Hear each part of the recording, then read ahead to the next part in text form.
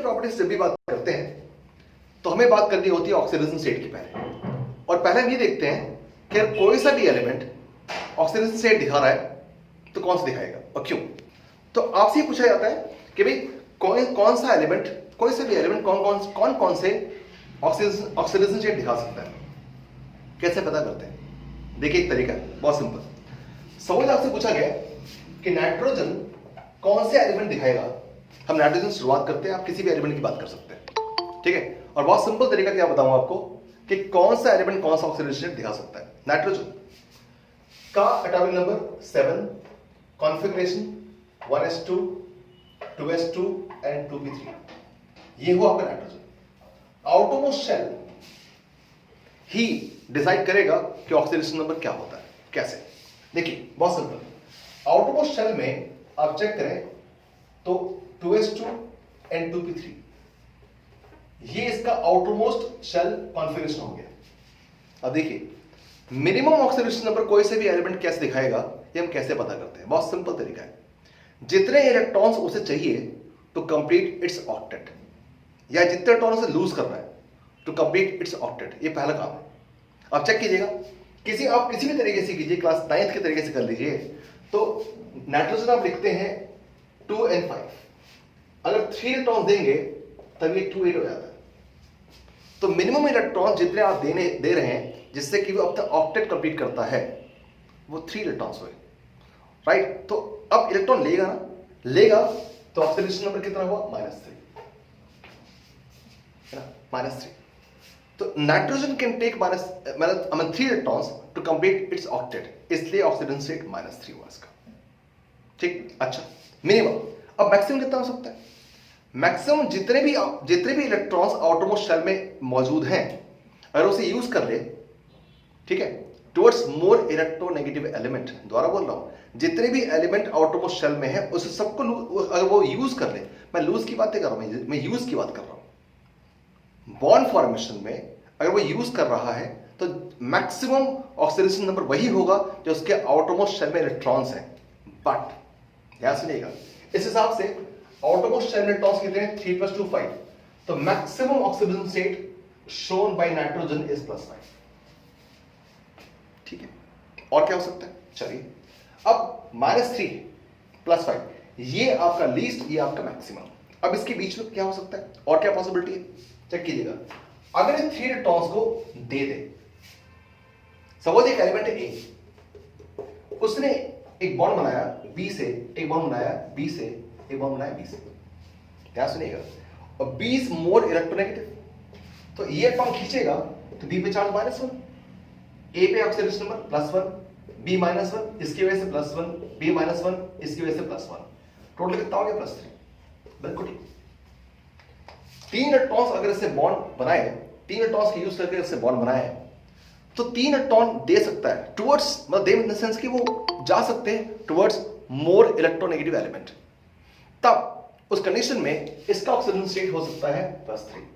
तो in general, ध्यान से रहिएगा, इन जनरल ये बहुत इंपॉर्टेंट बात है, इसलिए आराम सुन लीजिए, जल्दबाजी नहीं, ठीक है, क्योंकि ये एक बार सीख लिया आपने तो बार बार आप करते रहेंगे, ठीक। क्या कभी भी किसी एलिमेंट के लिए ये पता करना हो कि इसका मिनिमम ऑक्सीडेशन नंबर क्या दिखाएगा, मिनिमम ऑक्सीडेशन स्टेट बोले, नंबर बोले, तो आउटरमोस्ट शेल में इलेक्ट्रॉन्स कितने हैं और कितने चाहिए उसे अपना ऑक्टेट कंप्लीट करने में, 3 चाहिए, -3, इन्हीं 3 को दे सकता है तो +3। आउटरमोस्ट शेल में जितने मैक्सिमम इलेक्ट्रॉन्स हैं उसे आप दे देंगे तो +7, इसमें इस केस में कितने, +5, ठीक। तो ये 5 दे सकता है, 2 ये और ये। अब मेरे मुंह से +7 कैसे निकला, तो आपको एक और एग्जांपल दूंगा हैलोजेंस का। Cl 17, 1s2 2s2 2p 6 3s2 and 3p5। Outermost shell 3s2 है एंड 3p5, 1 2 3 4 and 5। अब आपसे क्वेश्चन पूछा गया है मिनिमम ऑक्सीडेशन नंबर क्या होगा, 7 इलेक्ट्रॉन्स हैं, आउटरमोस्ट शेल में एक चाहिए ना, -1, इसी को दे दे तो +1। अब इंपॉर्टेंट बात, इसी को दे दे तो +1, ठीक है। बट आप ये देखिएगा जो मैं कर रहा हूं, वो ये देख रहा हूं, ध्यान सुनिएगा, मिनिमम कितना हो गया, -1 और कितना होता है +1। अब थर्ड शेल में dB होता है और ये जो इलेक्ट्रॉन है अब अपने आप को प्रमोट कर सकते हैं।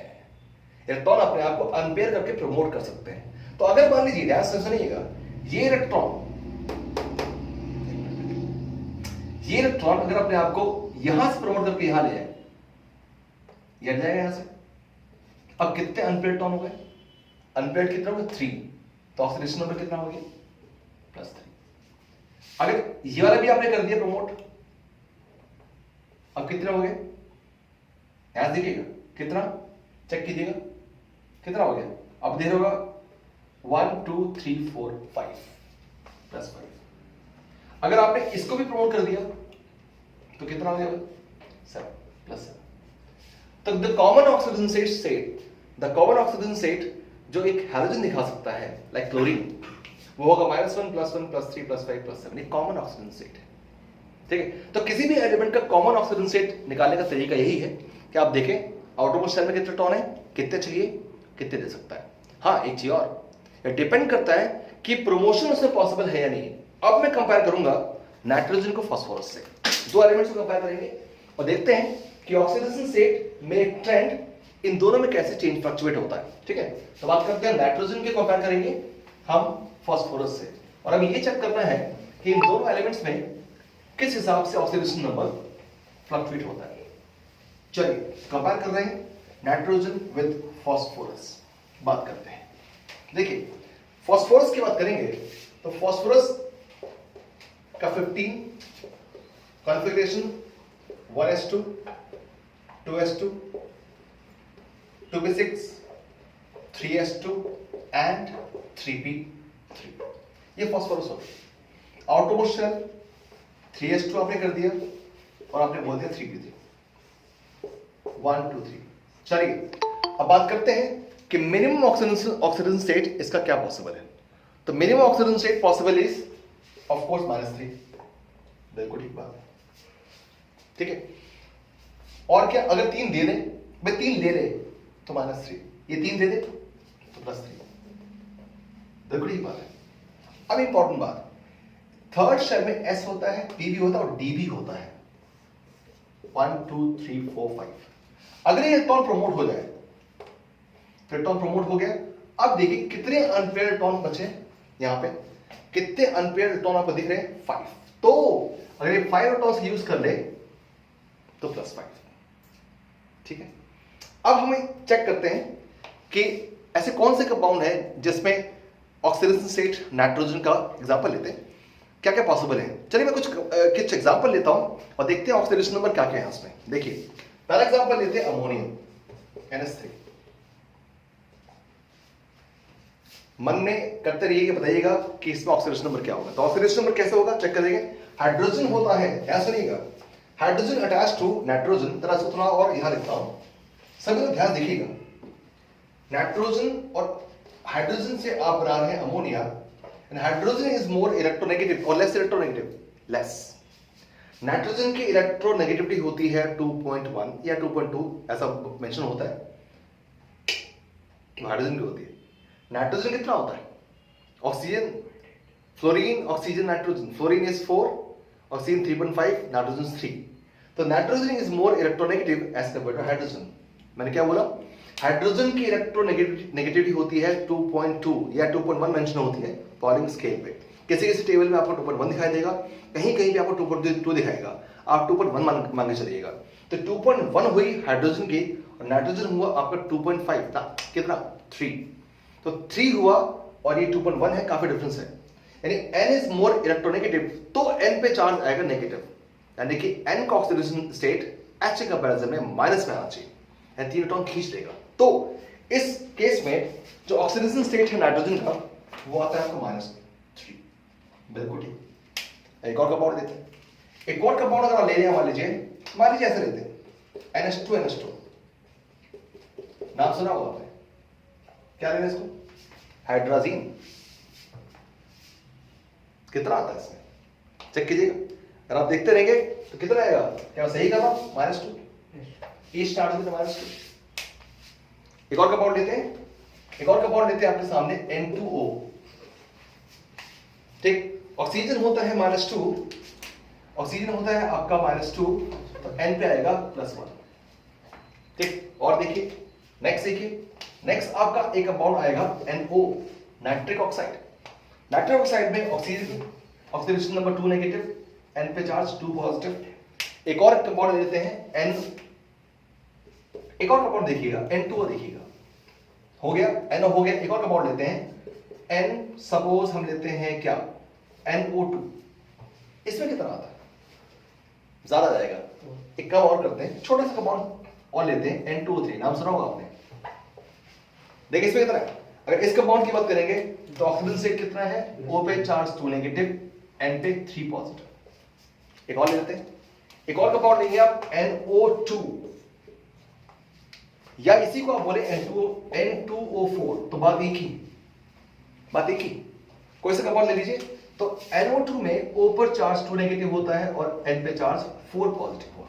और एक और कंपाउंड ले लीजिए आप N2O5, N2O5, तो O पर चार्ज आपका होता है 2 नेगेटिव, राइट, और आपका N पे चार्ज, अब मैं बोल रहा हूं चार्ज, इसी को आप बोलते हैं ऑक्सीडेशन नंबर, राइट, -3 -2, राइट। और आप देखिए +1 +2 +3 +4 +1, एक और बच गया, क्या, कौन सा, -1। ले देखते हैं, कंपाउंड जो -1 होगा वो होना चाहिए NH2OH, हाइड्रोक्सिल अमीन। हाइड्रोक्सिल अमीन में जो N का ऑक्सीडेशन नंबर होता है वो आपका होता है -1। तो नाइट्रोजन एक ऐसा एलिमेंट है, रेंज देखिए आप, -3 से लेकर +5 सारे के सारे ऐसा करता है। पता क्यों करता है ऐसा, क्योंकि वेरी वेरी इलेक्ट्रोनेगेटिव, सिर्फ पावर है इलेक्ट्रॉन खींचने की।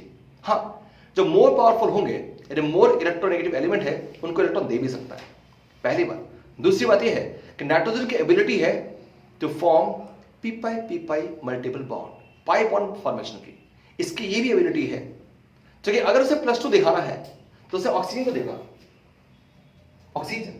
Oxygen with nitrogen forms multiple bonds, तो ऑक्सीजन -2 हुआ तो N +2 हो गया। तो आप सोच सकते हैं कि वो नाइट्रोजन की इलेक्ट्रोनेगेटिविटी और पी मल्टीपल बॉन्ड बनाने की एबिलिटी है, जिसे इतनी वैरायटी ऑफ ऑक्सीडेशन स्टेट दिखाता है। मैं आपको एक और चीज ऐड कर देता हूं यहीं पे, हालांकि बाद में पढ़ेंगे। एक ऐसा एलिमेंट सिर्फ जो एक ही ऑक्सीडेशन स्टेट दिखाता है, एक ही ऑक्सीडेशन स्टेट दिखा सकता है, सिर्फ एक ही, उसका नाम फ्लोरीन है। वो सिर्फ एक ही दिखा सकता है, -1। ठीक, एक इंपॉर्टेंट बात, एक हम क्वेश्चन पढ़ते हैं क्लास 11 में, एनसीईआरटी मेंशन है, और कुछ क्वेश्चन का आंसर बच्चा अक्सर गलत समझता है। उसका रीजन है, even in most of the books it has been given wrong. वो कंपाउंड है HOF, और कुछ बुक्स में इस कंपाउंड को जो रिएक्शन है, जो एक रॉस का क्वेश्चन है, उसे करते वक्त F को पॉजिटिव बोल देते हैं। इट इज इम्पॉसिबल, फ्लोरीन पे चार्ज पॉजिटिव हो नहीं सकता। Fluorine shows only one oxygen state, that is -1, कभी भी +1 नहीं होगा।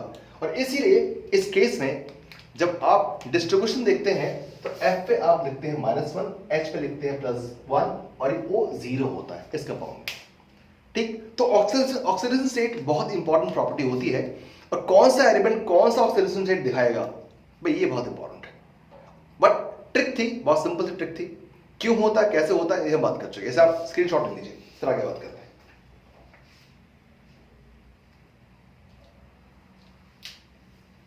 चलिए अब आगे बात करते हैं, यानी कि प्लीज स्टार्ट, बात करते हैं आगे। The common oxidation states of these elements are -3, +3 and +5. The tendency to exhibit... Wait. Common oxidation state is -3, +3 and +5. ये कॉमन है, बाकी अनकॉमन है। तो इसको दिखाने के लिए उसे स्पेशल कंपाउंड्स बनाने पड़ते हैं, तब जाके ऐसा कर पाता है। ये पढ़िए आगे, continue. The tendency to exhibit -3 oxidation state decreases down the group due to increase in size and metallic character. Wait, कौन सा एलिमेंट माइनस में दिखाएगा, कौन सा एलिमेंट प्लस में दिखाएगा, वो डिपेंड करता है कि उसकी इलेक्ट्रोनेगेटिविटी कितनी अच्छी है, ठीक है, and that depends upon size. हालांकि electronegativity refers to the tendency of an element to attract the shared pair of electron, but it is simply power to keep electron towards itself. Right. तो आप सोच के देखें कि अगर size छोटा होगा किसी एलिमेंट का तो उसका जो न्यूक्लियर चार्ज होगा वो काफी इफेक्टिव होगा, तो उसकी टेंडेंसी इलेक्ट्रॉन को लेने की होगी।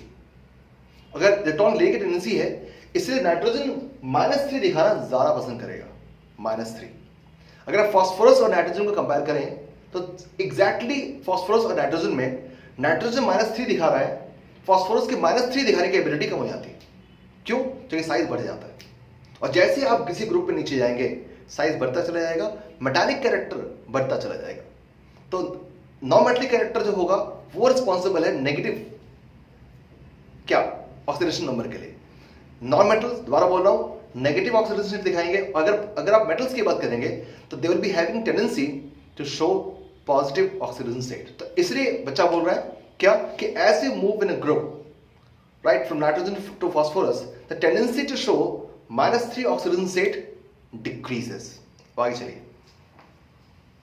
In fact, last member of the group, bismuth, hardly forms any compound in -3 oxidation state.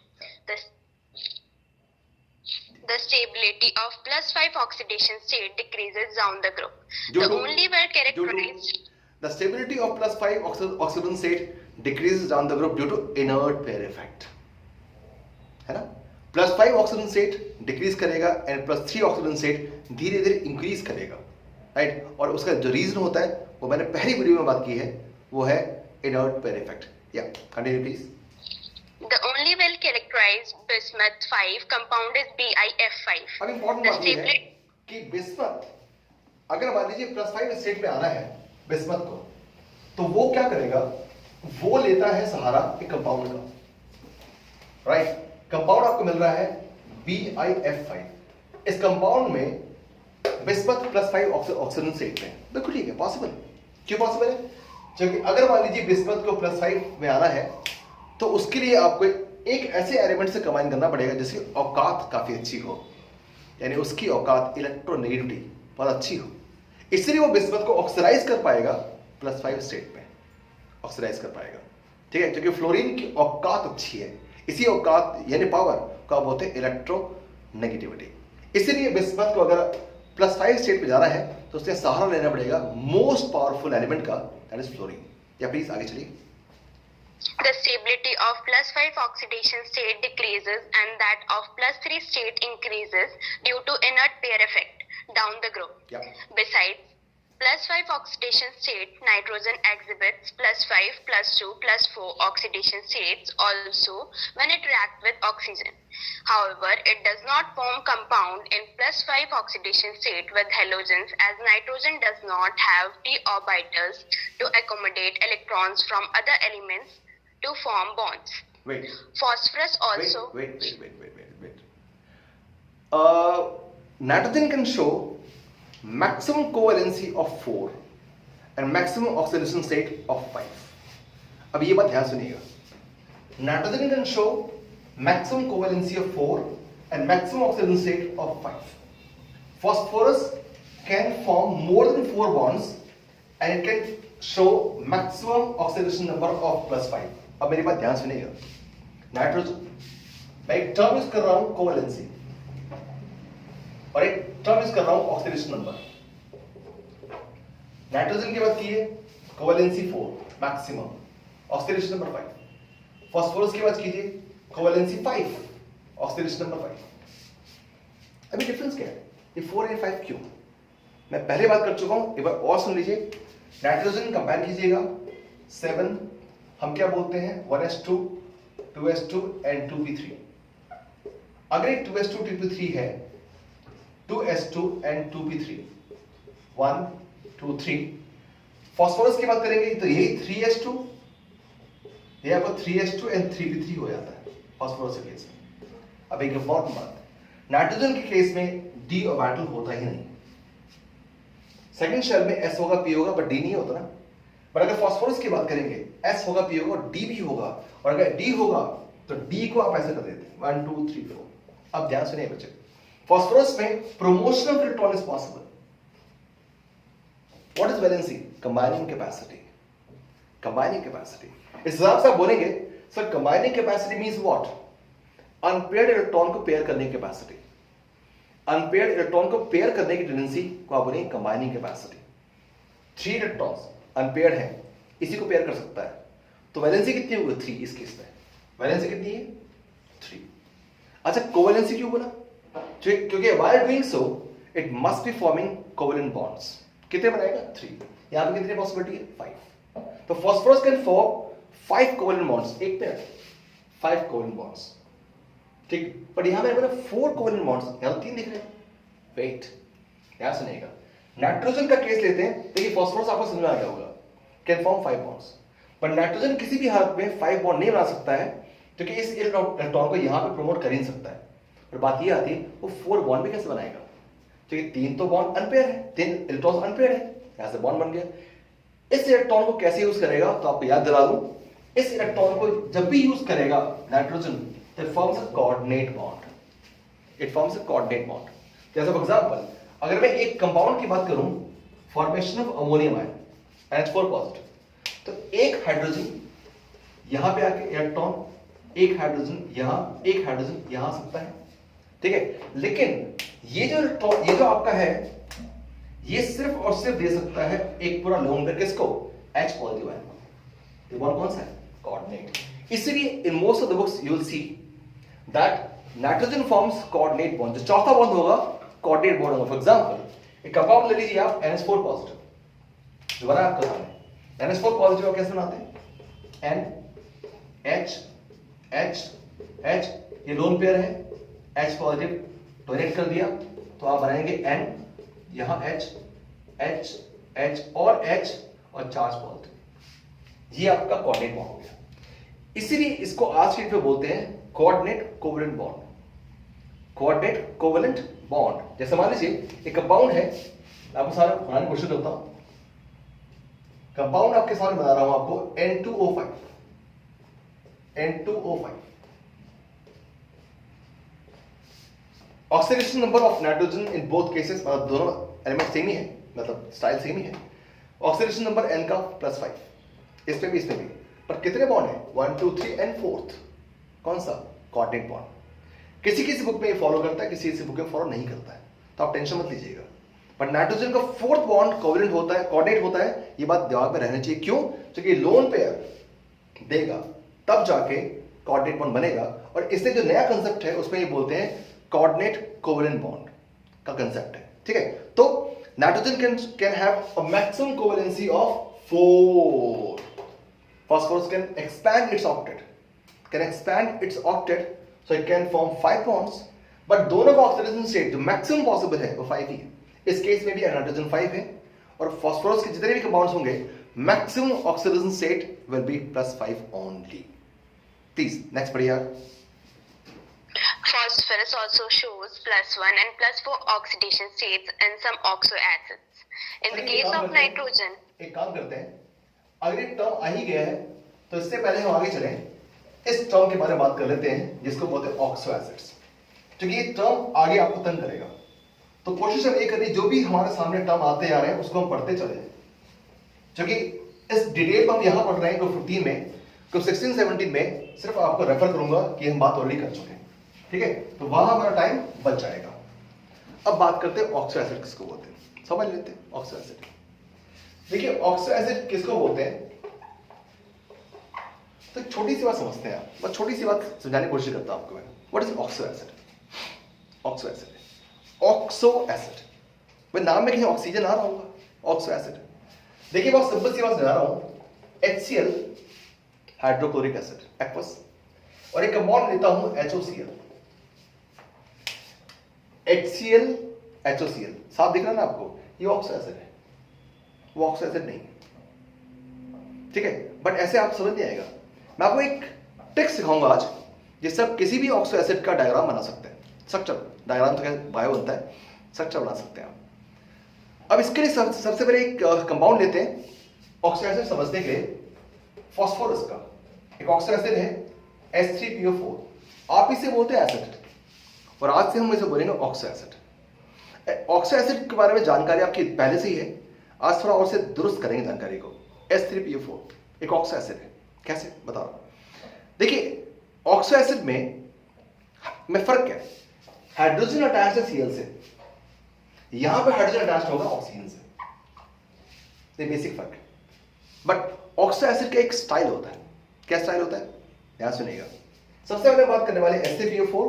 तो अब मैं डिस्कशन करूंगा किस पे, ऑक्सो एसिड पे, और सबसे पहले एग्जांपल लेने वाला H3PO4। तो H3PO4 सिखाएगा हमें कि भाई ऑक्सो एसिड किसको बोलते हैं। चलिए बात करते हैं H3PO4 की। अगर मैं H3PO4 की बात करूं तो ऑक्सो एसिड में क्या होता है, एक होता है सेंट्रल एलिमेंट। अब हो सकता है आप में से कुछ लोग सोचते हैं यार ये सेंट्रल एलिमेंट किसको बोलते हैं। कंसेप्ट क्या है इसका, बहुत सिंपल कंसेप्ट है। इन जनरल हाइड्रोजन छोड़ दीजिए आप, ठीक है। The least electronegative element is suppose to be the central element. मैं आपको एग्जांपल दूंगा। लीस्ट इलेक्ट्रोनेगेटिव एलिमेंट को चुन लीजिए आप, वो आपका सेंट्रल एलिमेंट होता है। एक छोटा सा एग्जांपल दूंगा, आपका टाइम वेस्ट नहीं करूंगा। छोटा सा एग्जांपल ये है कि भाई देखिए हमारी फैमिली में जो सेंट्रल मेंबर होता है इन जनरल इंडियन कॉन्टेक्स्ट में फादर होते हैं। अच्छा क्यों ऐसा होता है, फादर के पास जिम्मेदारी ज्यादा होती है कि भी चलो वो अर्निंग मेंबर होंगे, ठीक है। But he has to be quite electropositive, quite positive in his approach.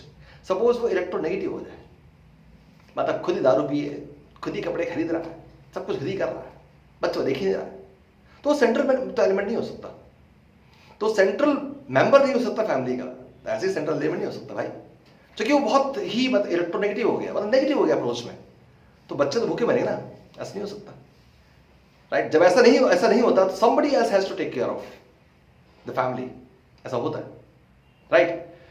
Please don't mind, मैं कुछ भी नहीं कहना चाह रहा हूं, मैं सिर्फ इतना कहना चाह रहा हूं कि सेंट्रल मेंबर जो भी फैमिली का होता है वो उसकी अप्रोच नेगेटिव नहीं होनी चाहिए, राइट, उस फैमिली के लिए।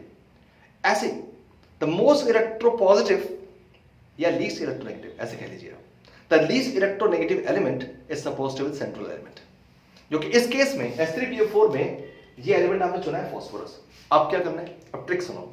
ट्रिक क्या है, सबसे पहले क्या कीजिए, फास्फोरस के साथ एक डबल बॉन्ड में ऑक्सीजन पक्का होगा, फास्फोरस के साथ एक डबल बॉन्ड में ऑक्सीजन पक्का होगा, कर लिया। अब देखिए ध्यान से, तो एक बॉन्ड ही हो गया। अब क्या करें, अब क्या करेंगे, अब ध्यान सुनना। अब कितने ऑक्सीजन है, 4। कितना ऑक्सीजन है, 4। एक तो आप यूज कर चुके, अब कितने बचे, 3 ऑक्सीजन है और 3 H है, तो कितने OH पॉसिबल है, 3। भाई एक ऑक्सीजन आपने फास्फोरस से लगा लिया तो एक बॉन्ड बन गया फास्फोरस का डबल बॉन्ड में ऑक्सीजन, ठीक है। अब कितने ऑक्सीजन बचे, 3। कितने H है, 3। तो कितने OH पॉसिबल है, 3 OH पॉसिबल है ना, तो 3 OH पॉसिबल है। ये 3 OH P के साथ जुड़ सकते हैं, यानी एक बॉन्ड बनेगा ऐसे P डबल बॉन्ड O और 3 बॉन्ड बनेंगे POH। टोटल मिला के जो बॉन्ड बनेंगे, याद सुनना, 4। शेप होगी टेट्राहेड्रल। ये बहुत इंपॉर्टेंट बात है। और हाइब्रिडाइजेशन क्या है आपका, sp3। किसी भी ऑक्सो एसिड में, किसी भी ऑक्सो एसिड में, ठीक है, तो एक आधा कुछ इधर उधर होगा, वो बाद में बात करेंगे कभी। But in general oxo acid का जो सेंट्रल एलिमेंट होता है वो टेट्राहेड्रल शेप में होता है। वो कैसे भी मेंटेन करे, चाहे lone pair plus bond pair के ले मेंटेन करे, कैसे मेंटेन करेगा, उसका हाइब्रिडाइजेशन sp3 होगा। छोटी सी बात, सेंट्रल एलिमेंट का हाइब्रिडाइजेशन ऑक्सो एसिड में sp3 होता है। अब चेक करते हैं। अब अगर मान लीजिए स्ट्रक्चर पूछे आपसे, तो एक आपने बनाया P डबल बॉन्ड O, ठीक, टेट्राहेड्रल शेप है, एक OH इधर, एक OH इधर और एक OH इधर। ये हुआ एक ऑक्सो एसिड H3PO4। अगर मान लीजिए सेकंड पूछा आपसे कि भाई ठीक है, एक तो फर्स्ट हो गया, सेकंड आपसे पूछा है कि H3PO3 तो ये भी एक ऑक्सो एसिड है। बताइए इसका स्ट्रक्चर क्या होगा, क्या प्लान करें, ध्यान सुनिए। तो एक तो आपने बनाया P डबल बॉन्ड O, ये समझना इससे जरूरी है क्योंकि आपको अभी पूछेगा बताओ कौन सा ऑक्सो एसिड कौन सा अच्छा रिड्यूसिंग एजेंट है, कौन सा ऑक्सीडाइजिंग एजेंट है, ये सब पूछेगा आपसे भी। समझ लीजिए अच्छे से, समझा इसलिए रहा हूं क्योंकि पूछेगा कि बताइए इनमें से कौन सा अच्छा रिड्यूसिंग एजेंट है, कौन सा अच्छा ऑक्सीडाइजिंग एजेंट है, ये क्वेश्चन आने वाले हैं, समझ लीजिए। तो अगर H3PO3 की बात करेंगे तो एक bond P double bond O हो गया, अब एक ऑक्सीजन खत्म हो गया, 2 बचे ना, अब कितने OH पॉसिबल है, 2 ही तो OH पॉसिबल है। ध्यान देखिए, अगर एक ऑक्सीजन आपने P के साथ कंज्यूम कर लिया, अब 2 ऑक्सीजन बाकी है, 2 ऑक्सीजन 2 H के लेंगे, तो डियर 2 ही POH बॉन्ड यहां पॉसिबल है। अब कितने H का कंज्यूम होंगे? 2। अब ये कितने थे? 3, एक बच गया H ना, यानी एक आपका PH बॉन्ड भी होगा इस केस में। दोबारा सुनिए, P डबल बॉन्ड एक, P डबल बॉन्ड O एक बॉन्ड, 2 O बच गए और 3 H, 2 OH पॉसिबल है और एक PH पॉसिबल है। टोटल मिला के बॉन्ड कितने होंगे? 4। स्ट्रक्चर कैसा होगा? चेक कीजिएगा, P double bond O OH और यहां पे आपका आ गया क्या? OH और एक आपका आ गया H। ये दो मैंने करा दिया आपको। अब मैं आपको एक काम देता हूं, राइट? आप वीडियो पॉज कीजिएगा और आप बनाएंगे स्ट्रक्चर ऑफ H3PO2। तो आप बनाएंगे स्ट्रक्चर ऑफ H3PO2 और बताएंगे कि H3PO2 स्ट्रक्चर कैसा दिखता है। Do it now.